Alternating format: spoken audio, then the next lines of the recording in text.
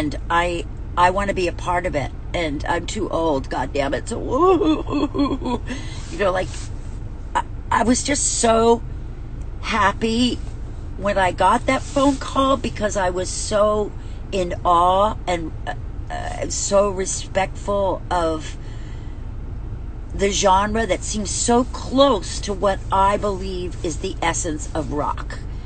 In other words, what's interesting about this clip that I'm going to play on Friday is that it's so raw.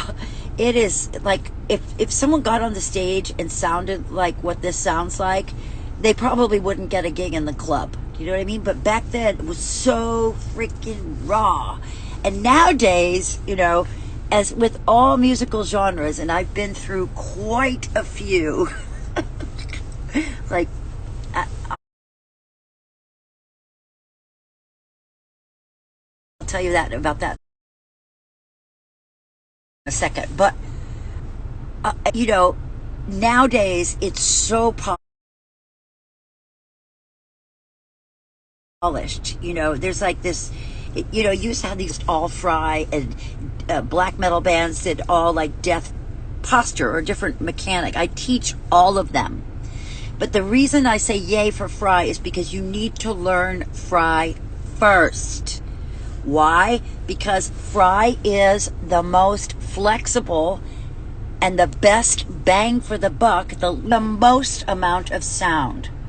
And the trick is that it's not loud.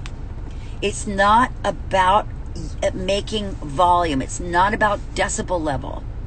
Just like in the opera, it's about frequency width, and it's about using higher frequencies that are louder to the human ear to make the perception of volume. So, I mean, here's a secret, guys. This is how the opera works. Opera singers do not use microphones, but they use a posture that invokes these higher partials that rings out over large orchestras. Hence, Fry Screaming has a 5 to 8K top on it, which to the human ear sounds loud. They have something called the Fletcher-Munson curve that is, you know, highly researched. And the Fletcher-Munson curve talks about what frequency is the loudest to a human, and they do it by distancing, right? So, Fry Screaming is where you get your best perceptual brutality. And Fry Screaming does not feel brutal when you execute it. That's the hardest sell, because most untrained screamers, when they come to me, their performance is based on effort, right? So the harder they work, the better it sounds. And actually it's the opposite.